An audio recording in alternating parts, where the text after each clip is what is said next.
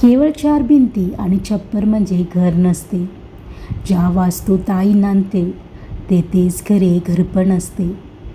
Cement आणि विटांच्या या जगात ती मायेचा ओलावा देते. निर्जीव वस्तूंनाही तिच्या अस्तित्वामुळे चैतन्य मिळते. तिच्या विना घर ते केवळ एक रिकामे आवर असते. शांततातही तिथे एखाद्या ओझ्यासारखी भासते. आई नसली की प्रत्येक कोपरा परका वाटू लागतो आणि घर नावाच्या त्या मंदिराचा कळसच हरवून जातो. आई घरात असली की स्वर्ग साक्षात जमिनीवर खाली असल्यासारखं भासतो. तिच्या हसण्याने घरात आनंदाचा सुवास दरवळतो.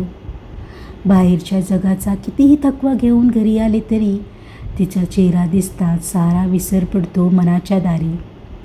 तिच्या हाताच्या अन्नाने केवळ पोट भरत नाही तर मन देखील भरते. त्या एका घासात साऱ्या जगाची अमृताची चव लागते.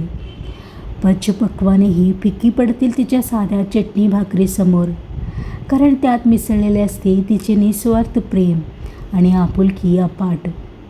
आई म्हणजे घराचा तो आधारस्तंभ आहे जो न डगमगताही उभा असतो. तिच्या सावलीत सारा परिवार सुखाने स्वप्न पाहतो. म्हणूनच म्हणतात घर असावे घरासारखे, पण तिथे आई मात्र असावी.